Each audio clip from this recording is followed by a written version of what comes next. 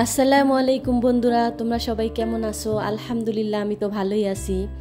আমার নতুন আরেকটা ভিডিওতে তোমাদের স্বাগত জানাচ্ছি। আজকের ব্লগে তোমরা কি দেখতে পারবে বলো তো? আজকের ব্লগে তোমরা দেখতে পারবা যে কিভাবে টাকা খরচ না করেও পিকনিক করা যায়। আমরা কিন্তু টাকা খরচ না করেও প্রত্যেক বাসা থেকে চাঁদা উঠে পরে কিন্তু পিকনিক করতেছি। এগুলো হইল হুটহাট প্ল্যান। যখন খেতে ইচ্ছে করব প্ল্যান করে ফেলি যে হঠাৎ সবার খিচুড়ি ভর্তা এগুলো খেতে ইচ্ছে করলো, তো কি করা যায়। সবাই মিলে প্ল্যান করে ফেললাম। প্রত্যেক বাসা থেকে টুকিটাকি সব জিনিসপত্র উঠানো হলো, যা যা দরকার হয়, চাল ডাল আর ভর্তার যে কোনো আইটেম, আর কিছু আইটেম এক্সট্রা ছিল। যার ঘরে যেই খাবারটাই ছিল, যেই সবজিটাই ছিল, সব কিছু কিন্তু নিয়ে আসছে ভর্তা তৈরি করার জন্য। আর ডিমটাও কিন্তু প্রত্যেকটা বাসা থেকেই তোলা হয়েছে। আজকে কিন্তু আমরা একটা টাকাও খরচ করিনি, যা যা আইটেম তৈরি করছি সবই কিন্তু বাসারই ছিল।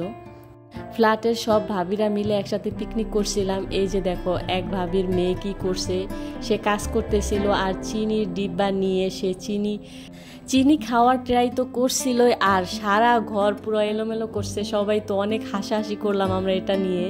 পুরো ঘর চিনি দিয়ে পুরো একবারে বেডরুমটা নষ্ট করে ফেলছে, আর নিজেরা মুটি মুটি করে চিনি খাচ্ছিল সব বাচ্চারা মিলে। আসলে সবার বাচ্চা একসাথে খেলছিল, এই আর কি তাদের কাণ্ড। আর আমরা এখানে কাজ করছিলাম, সবাই মিলেই শেয়ারে কাজ করছিলাম। অবশ্য বলতে গেলে আমি প্রথম দিক দিয়ে তো কাজই করি নাই, আমি কম কাজ করছি বলা যায়। সবাই বেশি কাজ করছে, বিকজ আমি তো ভর্তা বানাইতে পারি না, আর এতগুলো মানুষের খিচুড়ি রান্নার দায়িত্ব তো আমি নেই, তো কিছুটা হেল্প করলাম আর কি, নাড়াচাড়া করাই আর কি। এইদিকে খিচুড়ি রান্না হচ্ছিল, ওইদিকে আরেক ভাবি ভর্তা পিষাচ্ছিল পিষনিতে। আসলে কিছু কিছু ভর্তা এখানে খুব ভালোভাবে পিষানো হয়, বাট আবার কিছু কিছু ভর্তার জন্য কিন্তু পাটাও প্রয়োজন হয়, সব কিছুই দরকার হয়। তবে আমার কিন্তু ভর্তা বানানোর এক্সপিরিয়েন্স খুবই কম, বাট দেখলাম পিষনিতে খুব সুন্দরভাবে ভর্তা বানানো যায়। ভাবছি এবার একটা ভর্তার পিষনি কিনবো, বিকজ দেখো এই কাঁঠালের বিচিটা ভর্তা কিন্তু আমার জন্য রেখে দিয়েছিল, কেউ করবে না, আমি বেশি একটা কাজ করিনি, তাই আমার দায়িত্ব ছিল কাঁঠালের বিচি ভর্তা আর ডিম ভুনা করা। তো দুটাই কিন্তু আমি করলাম। এখানে আমি ডিম ভুনাটা একটু অন্য পদ্ধতিতে করছি, সবাই তো বলছিল একটু মজা হবে না, বাট পরবর্তীতে কিন্তু সবারই অনেক বেশি ভালো লাগছে। ডিম ভুনাটা একটু অন্য টাইপ করে করছি আর কি। পরবর্তীতে এই রেসিপিটাও একদিন তোমাদের সাথে শেয়ার করব। সব সময় এক পদ্ধতি কিন্তু ভালো লাগে না, একটু আলাদা আলাদা পদ্ধতিতে রান্না করলে টেস্টও ভালো লাগে, হোক সেটা আলাদা টেস্ট, কিন্তু ভালোই লাগে। কিন্তু বাঙালিদের ভাই ভর্তা এত বেশি পছন্দ, মানে অন্য কিছু চলে আর না চলে, ভর্তা দিয়ে যাকেই খেতে বলো সবাই কিন্তু খেতে একবারে রাজি হয়ে যায়।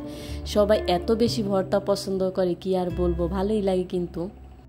আর সেই ভর্তা যদি একসাথে মিলে 7-8 জন বসে খায় তাহলে তো অনেক বেশি মজা লাগে। খিচুড়ি আর ভর্তার কম্বিনেশনটা কিন্তু বেস্ট। দেখো আমার ডিম ভুনার কালারটা কত বেশি সুন্দর হয়েছে, এবার তোমরাই বলো এই আলাদা করে ডিম ভুনা করা কি খারাপ হয়েছে নাকি? দেখতে যেরকম সুন্দর হয়েছে, খেতেও কিন্তু অনেক বেশি মজা হয়েছে। ধনে পাতাটা কারো বাসায় ছিল না, এইসব ভর্তা বলো ডিম বলো, এখানে কিন্তু ধনে পাতাটা ইউজ করলে ভালো লাগতো অনেক বেশি, কারণ ধনে পাতা তো এখন পাওয়া যায় না অ্যাভেলেবেল, এই জন্য কারো বাসায় পেলাম না। তাই সবাই মিলে সব কিছু গুছিয়ে দেন খেতে বসে পড়লাম। এই গরমে খিচুড়ি আর ভর্তা সেই লাগছিল, একদিক দিয়ে ঘামছিলাম, আরেক দিক দিয়ে খিচুড়ি খাচ্ছিলাম। আলহামদুলিল্লাহ অনেক ভালো লাগছে।